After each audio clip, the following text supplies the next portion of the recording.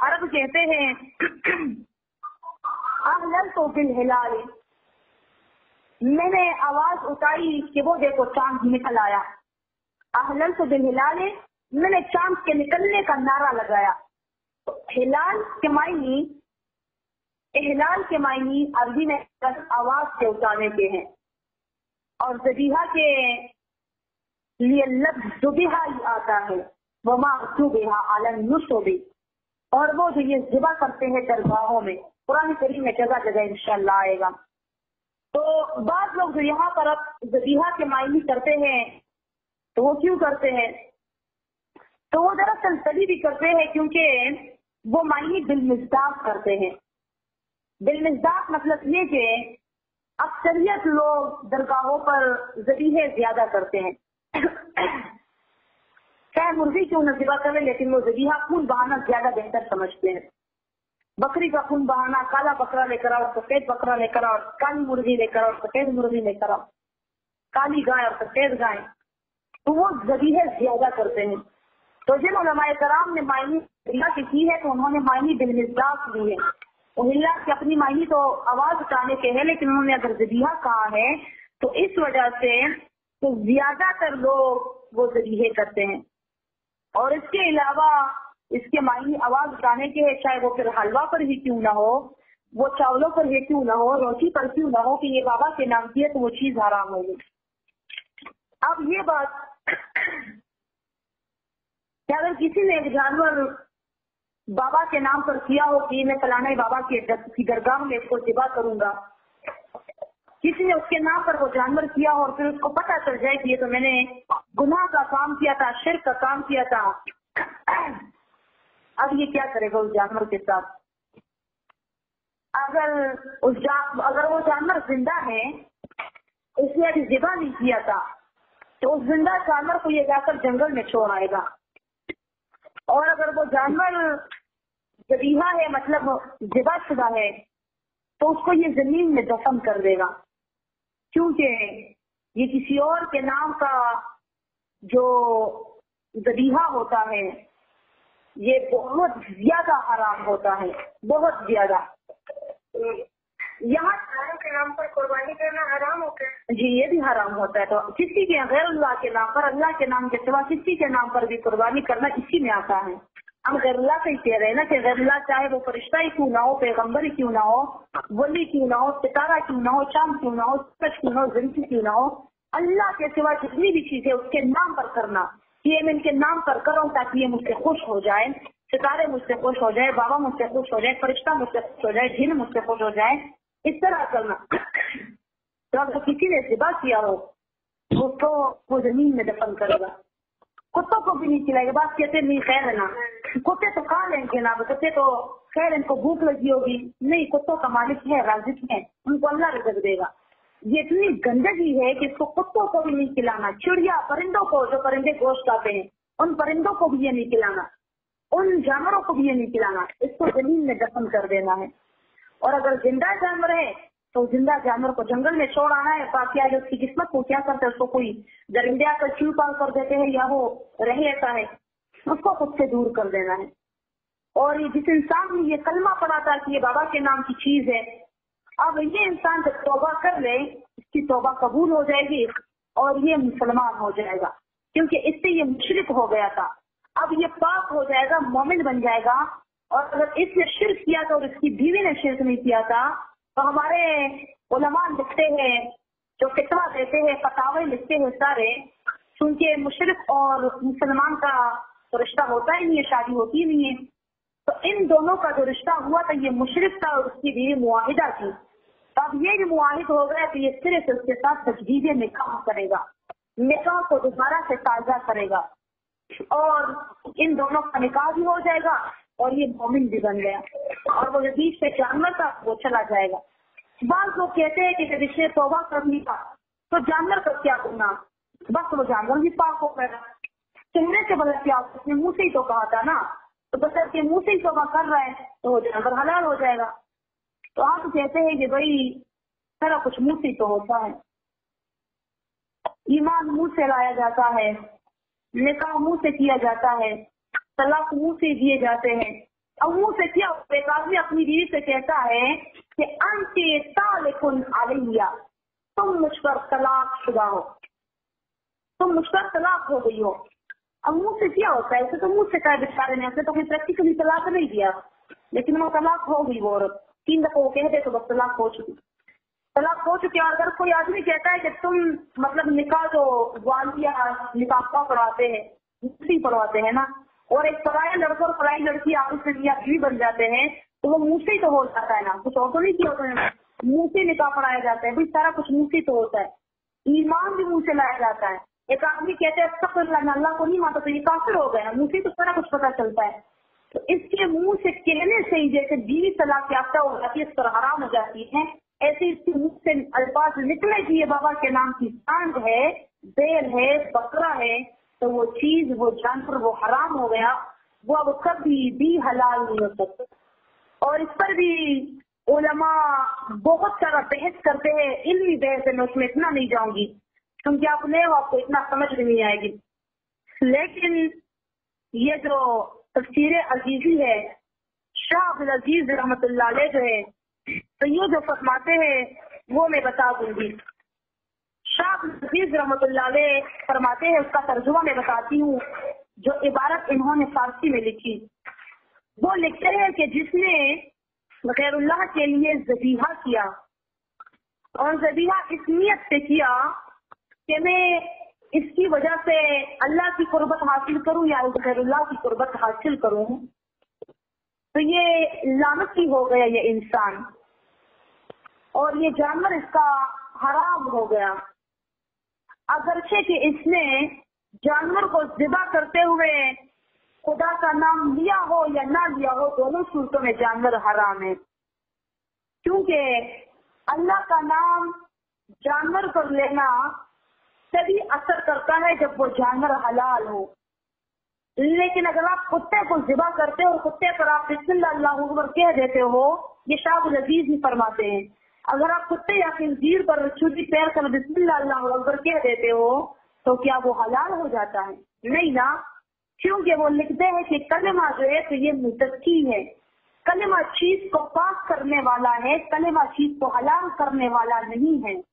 کلمہ کسی چیز کو حلال نہیں کرتا کہ آپ کتے پر کلمہ بول لو تو وہ حلال ہو جائے گا، بلکہ کلمہ حلال جانور کو پاک کرتا ہے، بیماریوں سے، ہر ایک چیز سے پاک کر دیتا ہے، اگر آپ کسی حلال جانور پر کلمہ پڑھ کر اسے ذبح کرتے ہو۔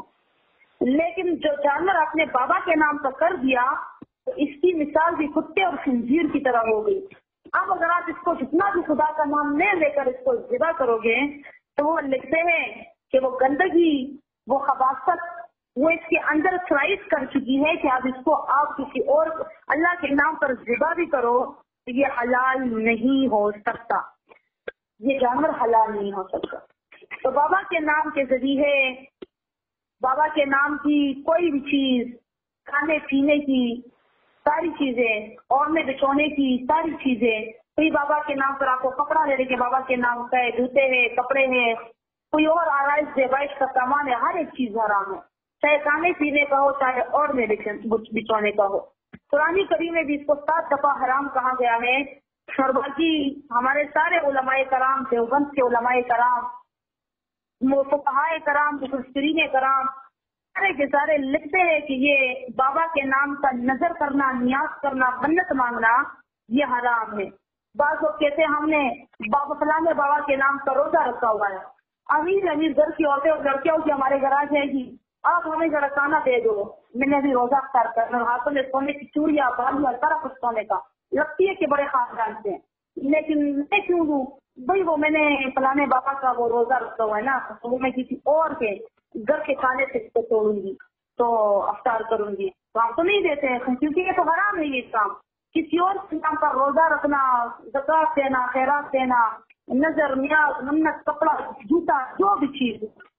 تفسیر مدارک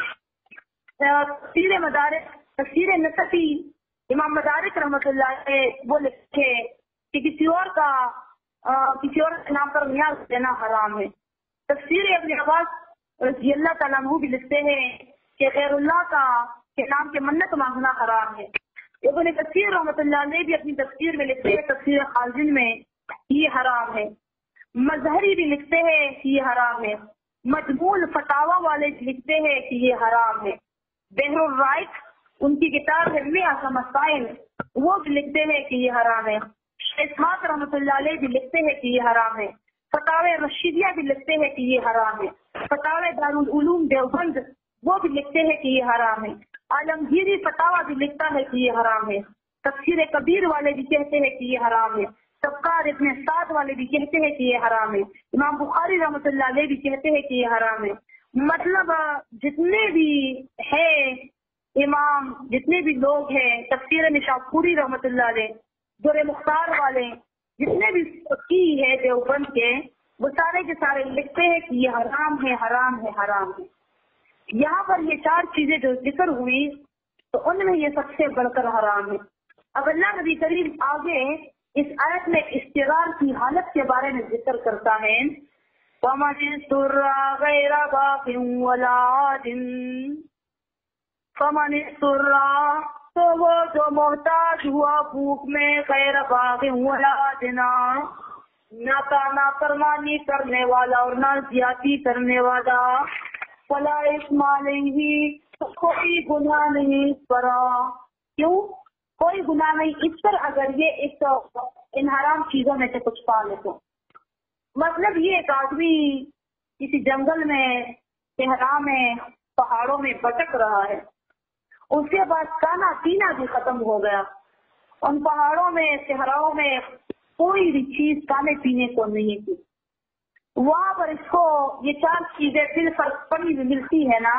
علماء کرام پھر اس کی ترتیب لکھتے ہیں، میں نے اپنے اساتذہ کرام سے سنا، یہ چار چیزیں پڑی ہوئی ہو، خنزیر کا گوشت بھی ہو، خون بھی ہو، مردار کا گوشت بھی ہو، اور بابا کے نام کی کوئی دیگ بھی بن رہی ہو، تو یہ کس چیز میں سے کھائے گا؟ یہ مردار کے گوشت میں سے کھائے گا، کیونکہ مردار کے گوشت میں جو حرمت ہے تو حرمت کی وجہ سبب وہ باقی چیزوں سے کم ہے۔ تو ان چار چیزوں میں سے اگر بابا کے نام کی بڑی پیاری دیگ بن رہی ہے، بریانی کی یا چاول کی کوئی بھی، اس کو بھی کہے گا کہ یہ مردار کے گوشت کو کھائے گا، کیونکہ اس ترتیب سے اللہ علیہ کریم نے اس آیت میں ذکر کیا۔ مردار سے زیادہ پھر حرام خون ہے، تو اگر کسی نے مردار کا گوشت نہ پایا، کوئی مردار جانور کچھ بھی نہیں تھا کہ اس کا گوشت کھا لے، تو اگر خون پڑا ہوا ہے تو یہ خون کھا لے، لیکن یہ خنزیر کا گوشت اور بابا کے نام کی جو چیز بنی ہے اس کو ہاتھ بھی نہ لگائے۔ اگر بالکل مردار کا گوشت بھی نہیں ہے، خون بھی نہیں ہے، اور خنزیر کا گوشت پڑا ہوا ہے، بابا کے نام کی کوئی چیز پڑی ہوئی ہے، یہ خنزیر کا گوشت کھائے گا لیکن بابا کے نام کی بنی ہوئی کوئی چیز نہیں کھائے گا۔ ابھی ہم نے کہا کہ خنزیر میں کیا کیا مرض پائے جاتے ہیں، کیا کیا بے حیائی پائی جاتی ہے، لیکن وہ عمل ہے، وہ آپ کے عمل میں آ جائے گا۔ لیکن بابا کے نام کی کوئی چیز ہو، گوشت ہو، دیگ ہو، جو بھی چیز ہو، وہ آپ کے عقیدے کو تباہ کرتا ہے، آپ کے ایمان کو نقصان پہنچاتا ہے۔ باقی تینوں چیزیں آپ کے عمل کو نقصان پہنچاتی ہیں، بابا کے نام کی کوئی چیز آپ کے عقیدے کو نقصان پہنچاتی ہے۔ تو اگر یہ تینوں چیزیں نہ ہو، بابا کے نام کی دیگ بن رہی ہو، تو پھر اس میں سے تھوڑا سا بقدر ضرورت پا سکتے ہو تاکہ تم آبادی تک پہنچ سکو، زندہ سلامت سے آبادی میں جا کر باقی کچھ کافی ہوگی۔ تو گوشت تھوڑا حرام، اس کے بعد زیادہ حرام خون، اس کے بعد زیادہ حرام خنزیر کا گوشت، سب سے زیادہ حرام بابا کے نام کی یا کسی کے نام کی بھی، غیر اللہ کے نام کی بنی ہوئی کوئی بھی چیز ہو۔ یہ باقی تینوں چیزیں اگر کوئی بندہ اس کو حرام سمجھ کر کھائے تو وہ کافر نہیں بنتا ان چیزوں کے کھانے پر، خنزیر کا گوشت ہو، خون ہو یا مردار کا گوشت ہو، اگر وہ اس کو حرام سمجھ کر کھائے تو وہ کافر نہیں ہوتا۔ لیکن بابا کے نام کی گوشت جسے پتا بھی ہے کہ یہ حرام ہے اور یہ گناہ ہے، جیسے آپ نے سنا نا، اور یہ پھر بھی کھا لیں تو یہ اس سے مشرک بن جاتا ہے، کافر بن جاتا ہے۔ تو تبھی یہ چیزیں، اس چیز کو سب سے آخر میں لایا گیا، اس کو بالکل بھی نہیں کہا کہ اس سے آپ کی ایمان کو نقصان پہنچتا ہے۔ تو اللہ تعالیٰ فرماتے ہیں فَمَنِ اضْطُرَّ غَيْرَ بَاغٍ وَلَا عَادٍ تو وہ جو محتاج ہوا بھوک میں، نافرمانی کرنے والا اور نہ زیادتی کرنے والا۔ مطلب یہ کہ نافرمانی اور زیادتی ایسی نہیں کر رہا تھا کہ کچھ اور موجود ہو اور یہ جو ہے تو پھر بھی ان چیزوں میں سے کھا لے، نافرمانی نہیں کر رہا تھا، واقعی میں محتاج تھا۔ زیادتی ایسے نہیں کر رہا تھا کہ بے شک کوئی اور چیز موجود نہیں تھی لیکن زیادتی نہیں کر رہا تھا، مطلب اس کو زیادہ سوچ کر نہیں چاہ رہا تھا کہ اپنا پیٹ فل کر دے، نہیں بس سمجھے ضرورت۔ ان اللہ غفور الرحیم، بے شک اللہ بخشنے والا مہربان ہے.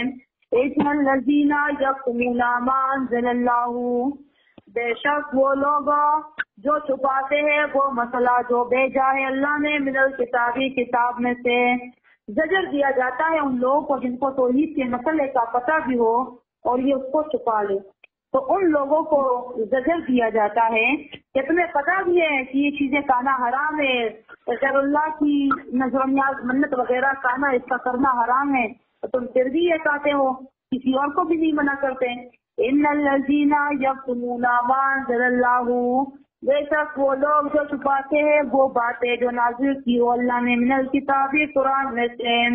قرآن میں اللہ تعالیٰ نے ایک بات نازل کی ہے کہ یہ چیز حرام ہے، یہ حلال ہے، اور یہ صرف اس کو حلال اور حرام نہیں سمجھتے بلکہ کہتے ہیں نہیں کس نے کہا کہ یہ حلال نہیں ہے، کس نے کہا کہ یہ حرام ہے. وَيَشْتَرُونَ بِهِ ثَمَنًا قَلِيلًا وَيَشْتَرُونَ بِهِ ثَمَنًا قَلِيلًا، اور ترجیح دیتے ہیں اس پر، اس چھپانے پر. یہ مسئلہ جو چھپاتے ہیں تو یہ کس لیے چھپاتے ہیں؟ اس لیے کہ اس پر یہ دنیا کو کماتے ہیں، پھر ان کو کوئی ووٹ اور نوٹ نہیں دے گا، پھر ان کو کوئی عزت اور شہرت نہیں دے گا.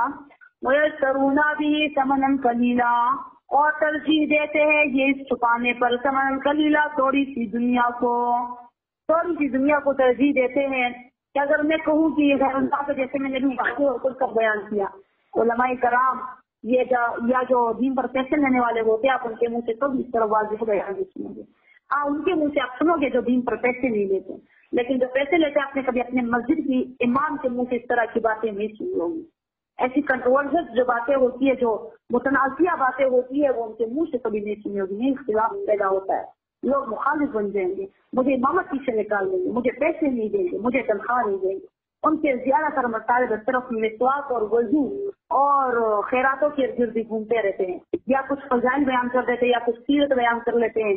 ہر جمعے کو ان کا وقت ہی بیان ہوتا ہے، ہر جمعے کو یہ قرآن شریف کی آیت کو لے کر شروع ہو جاتے ہیں لوگ. اسی طرح چلو جو لوگ روزانہ درس نہیں لے سکتے قرآن کا، وہ کم از کم جمعے کے جمعے تو نہیں لیتے ہیں، 15-20 منٹ خطبہ دیتے ہیں یا آدھا گھنٹہ خطبہ دیتے ہیں، شروع سے شروع ہو جاتے ہیں اعوذ باللہ والناس پر ختم کر دیتے، کبھی تو ختم ہو جاتا. یہ ہم نہیں کرتے، ہفتہ وار درس قرآن کا بیان کرتے ہیں، صبح حدیث کو بھی کرتے ہیں، لیکن ساتھ کبھی قرآن کا بیان بھی کرتے ہیں، اور قرآن میں عقیدہ بھی بیان کرتے ہیں. عقیدہ یہ بیان نہیں کرتے، یہ چھپانے والے ہیں. پیٹ کے لیے پیٹ پھر ختم ہو جائے گا، پیٹ کا مسئلہ کم پڑ جائے گا، پیٹ کے پیسے کم پڑ جائیں گے. اولئک ما یاکلون فی بطونہم الا النار، یہ لوگ نہیں بھرتے اپنی پیٹوں میں مگر آگ. یاکلون اکلا کے ساتھ جب فا آتا ہے، جیسے یہاں پر سی آیا ہے نا یاکلون فی، تو اس کے معنی صرف کھانے کے نہیں بلکہ بھرنے کے ہوتے. اللہ فرماتے یہ پیٹ کو بھرتے ہیں. ایک کھانا ہوتا ہے اور ایک مولوی جب کسی طرح خیرات میں جاتے ہیں، چاہے وہ کسی کی بھی خیرات ہو، کیسی بھی خیرات کیوں نہ ہو، چاہے وہ کوئی بھی کھانا کیوں نہ ہو، اور وہ اپنے آپ کو ناک تک بھر دیتے ہیں، ناک تک. اور پھر جب اٹھتے ہیں تو ٹانگیں کھلی ہوئی ہوتی ہے اور ایسے چھوڑے گھوم رہے ہوتے ہیں، اور پیٹ ہوتا ہے اتنا کھلا ہوتا ہے بیچاروں کا کہ وہ پھر اندر ہی ہوتا. ابھی آپ نے دیکھا ہے کہ مولویوں کے پیٹ کتنے بڑے ہوتے ہیں، آپ نے اکثر دیکھا ہوگا کہ مولویوں کے پیٹ کچھ زیادہ ہی بڑے ہوتے ہیں. عام لوگ کے بھی ہوتے ہیں لیکن ان کے پیٹ بہت بڑے ہوتے ہیں، کیونکہ اس کے اندر آگ ہے، آگ. یہ اللہ کے دین پر لینے والے پیسے، یہ جو غلط طریقے اور سے جو خیراتیں کی جاتی ہیں، ان کا جو کھانا کھاتے ہیں یا جو یتیم کا مال کھاتے ہیں، یتیموں کے خیراتوں میں شامل ہوتے ہیں سوم میں اور جمعوں میں، اور یتیموں کے خیراتوں پر ہاتھ صاف کرتے ہیں، یتیموں کے باپ کے کپڑے لیتے ہیں، جوتے لیتے ہیں، پیسے لیتے ہیں، سارے کا سارا آگ ڈالتے ہیں پیسے سے، ان کے پیٹ سے بھی اس طرح پھول جاتے ہیں. پھر اس میں سے ہر سال تھوڑا چربی کا آپریشن کرواتے، تھوڑی چربی اس میں سے کاٹ دیتے ہیں. پھر کہتے ہیں حکومت ہمیں خرچہ دے جا کے ہم اپنے پیٹوں کی چربی ذرا ختم کر دے، کاٹ دیں. نہ کھایا کرو، آگ نہ بھرا کرو پیٹ میں، تو تمہارے پیٹ اتنا نہیں بڑھے گا. وَلَا يُكَلِّمُهُمُ اللَّهُ يَوْمَ الْقِيَامَةِ، اور باتیں نہیں کرے گا ان سے اللہ قیامت کے دن. وَلَا يُزَكِّيهِمْ، اور نہ ہی پاک کرے گا ان کو. باتیں تو اللہ ان سے کرے گا، پوچھ گچھ تو کرے گا، لیکن رحمت بری باتیں نہیں کرے گا، اور نہ ہی پاک کرے گا ان کو. مطلب اللہ رضی کریم ان کو دنیا میں پاک نہیں کرے گا، قرآن کے آگے نہیں بٹائے گا، قرآن کے سیم ان کو نہیں دے گا، اور ان کو جہنم آخرت میں جیسے پاک نہیں کرے گا، مطلب گناہوں سے پاک نہیں کرے گا، جہنم سے پاک نہیں کرے گا، ادھر ہی ہوں گے. وَلَهُمْ عَذَابٌ أَلِيمٌ، دنیا میں انہوں نے پیٹ میں آگ ڈالا، قیامت کے دن یہ آگ میں ڈالے جائیں گے. وَلَهُمْ عَذَابٌ أَلِيمٌ اور ان کے لیے عذاب ہے دردناک. اولئک الذین ان کا گناہ کیا تھا، یہ وہ لوگ تھے جنہوں نے ترجیح دی تھی ضلالتا گمراہی کو بالہدا ہدایت پر، والعذاب بالمغفرت اور عذاب کو مغفرت پر. یہ گمراہ خود بھی تھے اور اوروں کو بھی گمراہ کیا کرتے تھے. غلط اعمال، غلط طور طریقے، غلط افعال، غلط کام طرح کچھ کیا کرتے تھے، اوروں کو بھی ترغیب دیتے تھے. عذاب ان کو پسند تھا بخشش کی جگہ. تو فما اصبرهم علی النار، فما اصبرهم تو جتنے سخت میں علی النار، تو فما اصبرهم یا تو یہ سیکھا استفہامی ہے کہ کس چیز نے ان کو ثابت قدم کیا آگ پر، اور یا یہ سیرا تعجبی ہے وہ کتنے ثابت قدم ہے آگ پر، کتنے مستقل مزاج ہے آگ میں جانے کو انہوں نے ترجیح دی. ذالک بان اللہ نزل الکتاب، یہ عذاب کس وجہ سے ان کو دیا گیا، یہ عذاب میں کیوں گئے آگ میں، کیونکہ ذالک یہ عذاب جو ان کو دیا گیا بیاننا یہ اس وجہ سے اللہ نزل الکتاب کہ اللہ نے نازل کیا، کہ اللہ نے نازل کی تھی کتاب الحق کی اظہار حق کے لیے. اللہ نے کتاب نازل کی تھی کہ اس کے حق کا اظہار کرو، لیکن انہوں نے حق کو چھپا لیا تھا. وَإِنَّ الَّذِينَ اخْتَلَفُوا فِي الْكِتَابِ اور بے شک وہ لوگ جو خلاف میں ہیں اللہ کی کتاب کے لفی شکاکم بعید، خامخواہ شکاکم بعید، خامخواہ یہ خلاف میں ہے اللہ کی کتاب سے بعید، یہ خلاف میں ہے بہت دور اللہ کی کتاب سے. اللہ کی کتاب سے یہ اتنا دور نکل گئے، اللہ کی کتاب کے خلاف سے یہ بہت دور نکل گئے کہ اب یہ قرآن کے آگے نہیں بیٹھتے، اب یہ حق جو ہے تو اس چیز کے حق بیان نہیں کرتے. انما تو دوسرا حصہ بھی ہمارا الحمدللہ کمپلیٹ ہو چکا. انما حرم علیکم المیتۃ، بے شک حرام ہے تم لوگوں پر مردار اور خون بہنے والا اور گوشت خنزیر کا، اور وہ کلمہ آواز اٹھایا جائے جس پر غیر اللہ کے لیے. فمن اضطر تو وہ جو محتاج ہوا بھوک میں، نہ کا نافرمانی کرنے والا اور نہ ہی زیادتی کرنے والا، تو کوئی گناہ نہیں. لیکن اللہ بے شک اللہ غفور الرحیم بخشنے والا مہربان ہے. ان الذین بے شک وہ لوگ یکتمون جو چھپاتے ہیں ما وہ مسئلہ انزل اللہ جو نازل کیا اللہ نے من الکتاب کتاب میں سے، ویشترون به ثمنا قلیلا اور ترجیح دیتے ہیں یہ اس چھپانے پر تھوڑی سی دنیا کو. اولئک ما یأکلون فی بطونہم یہ لوگ نہیں بھرتے اپنی پیٹوں میں الا النار مگر آگ. ولا یکلمہم اللہ اور نہ ہی باتیں کرے گا ان سے اللہ قیامت کے دن، اور نہ ہی پاک کرے گا انہیں. وَلَهُمْ عَذَابٌ عَلِيمٌ اور ان کے لیے عذاب ہے دردناک. اولئک الذین یہ وہ لوگ ہیں اشتروا الضلالۃ جنہوں نے ترجیح دی گمراہی کو بالہدیٰ ہدایت پر. قرآن کو چھوڑ دیا اور بیان کرنے لگے، قرآن کو چھپا دیا. والعذاب اور عذاب کو بالمغفرت مغفرت پر. فما اصبرهم علی النار تو کس چیز نے ان کو ثابت قدم کیا پر، یا فما اصبرهم علی النار کتنے ثابت قدم ہے یا اس پر آگ کی طرف جا رہے تھے بھی بنا نہیں ہوتے، یہ آیتیں ان کو بیان ہو بھی نہیں تھی، جہاں کو بیان نہیں کرتے. ذالک یہ عذاب اس وجہ سے کہ اللہ نے نازل کی تھی کتاب بالحق اظہار حق کے لیے. وَإِنَّ الَّذِينَ اخْتَلَفُوا فِي الْكِتَابِ اور بے شک وہ لوگ جو خلاف میں ہے اللہ کے حکم، جو خلاف ہے اللہ کی کتاب، جو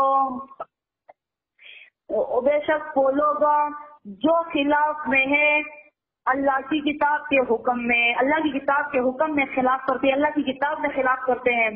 لفی سامقا شکاکن خلاف میں ہے بعید بہت دور حق سے. اب حق کی طرف نہیں لوگ